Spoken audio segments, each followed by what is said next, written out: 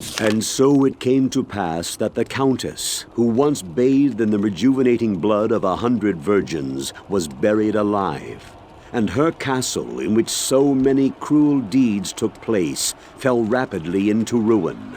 Rising over the buried dungeons in that god-forsaken wilderness, a solitary tower, like some monument to evil, is all that remains.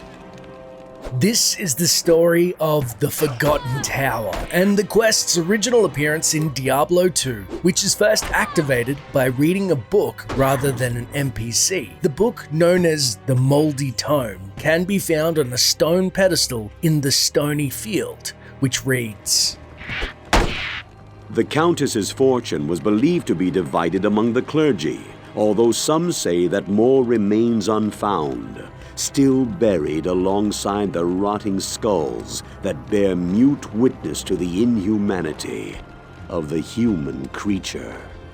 What a disturbing and horrific read. This Countess, if real, bathed in the blood of 100 virgins and was a blight upon the land and deserved to be burned alive for her transgressions. It's upon reading the Moldy Tome, our quests log updates, adding the Forgotten Tower and tells us to look for the tower, which is located in the Black Marsh, beyond the Dark Wood. Continuing on our quest with more pressing matters at hand, aiding the rogues in the defeat the demoness Andariel.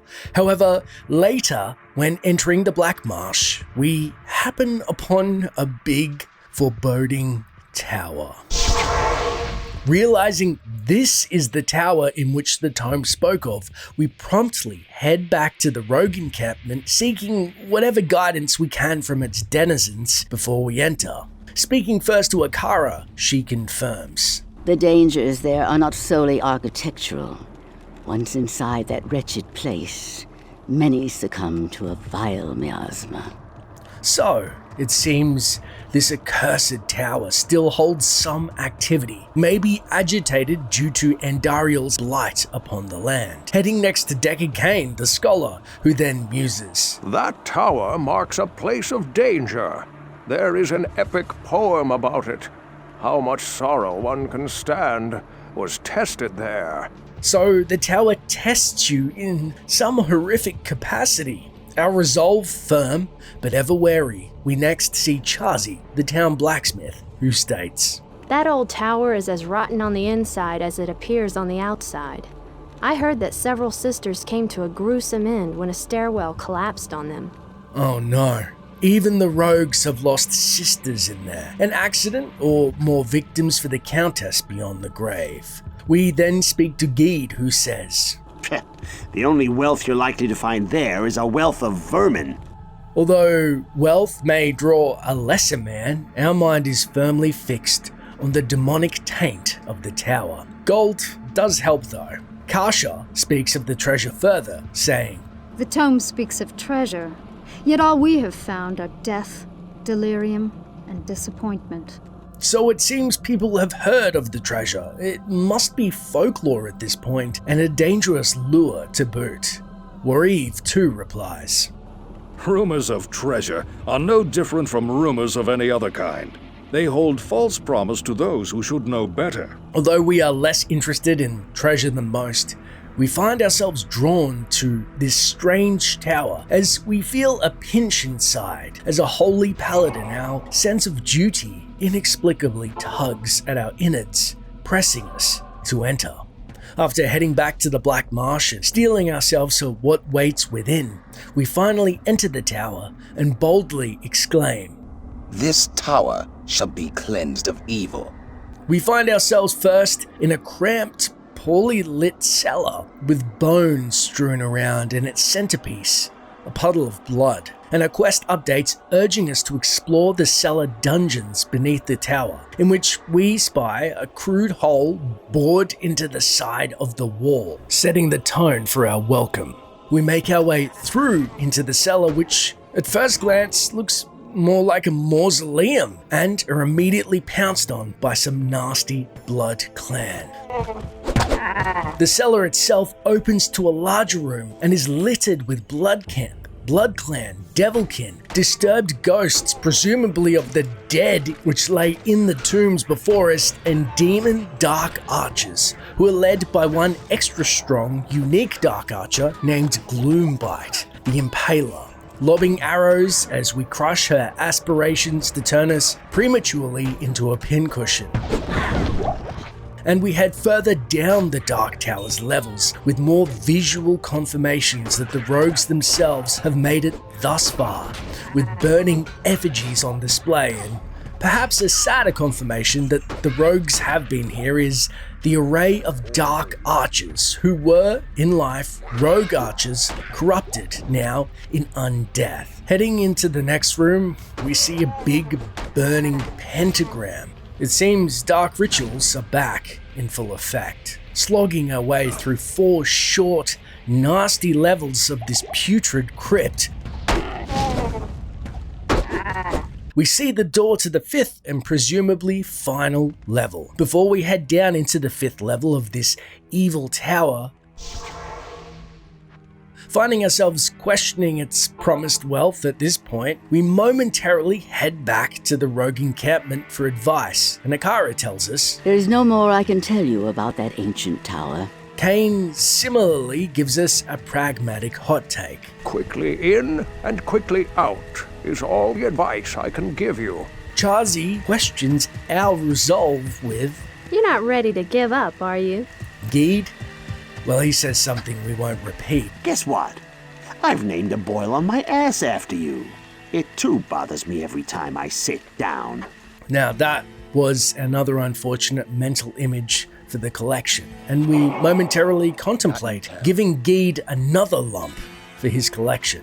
Gathering our composure, we head to Kasha, who then poses. Have you suddenly lost your taste for wealth? And Wariv gives us a sage piece of advice. Better an empty pocket than a full grave. Advice we choose not to heed as we head back down to the 5th and final level of the foul Forgotten Fortress.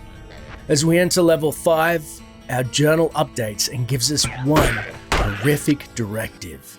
Dispose of the evil Countess. So, the previously slain Countess who sacrificed 100 virgins' evil remains, and she herself returns. But in what ghastly form? Unfortunately, it seems, we're about to find out as we enter the large main hall room and clear out the errant ghosts, devilkin surrounding what seems to be a boiling pool of blood, and it looks like the Countess is up to her old bathing habits. Flanking the room on the eastern side, we clear out the remaining demons and dark stalkers as the Countess exclaims, Here for a bloodbath? It's then we're forced to face the foul Countess as she blocks the room, showing off her newly acquired fire enchantment abilities as a pack of stalkers attempt to flank us in the fire. Once disposing of this Countess and her minions, she burns into a plume of smoke that makes its way to the chest she was guarding, which swings open to reveal its contents, spewing forth what seems to be much gold, but on closer inspection, it's a paltry amount. I've earned the right to this abandoned trove. The Countess drops a nice rune. However, the Ral rune, which boasts hefty fire damage when embedded in a weapon, or respectable fire resistance of 30% when socketed in armor, is a welcome addition to the collection. Reward in hand and task complete, we are glad to rid ourselves of this wicked place and head back to the camp to speak to Akara of our newly acquired boon, who says, I thought the stories of treasure in the tower were nothing but lies. I am glad you found something of value in that death trap. Would that our sisters had been so fortunate. It is sad to think of the sisters. If we had the time and the means, that tower would be destroyed brick by brick. Kane, however, goes on to congratulate us warmly, saying, Well done, my friend. Courage and opportunity together have created in you a kind of alchemy. Who would have thought? Kill demons, get loot. Chazi too admires our slightly heftier coin purse, stating, Those riches will serve you well on the long road ahead. Kasha then tells us her thoughts on the tower. Your rewards are well earned. To us, the tower was nothing more than a headstone looming over a long-forgotten grave. Which is understandable. What a grim reminder to her and her sisters. Wareve, on the other hand, has more immediate concerns, saying, Remember, wealth is as insubstantial as a cloud and passes as quickly. Ignore Geed. All that twitters is not bold. And finally, after the cheeky spot of shade that Wareve has cast in Geed's general direction, Geed compares Wareve too with, Wareve's advice is like corpse gas.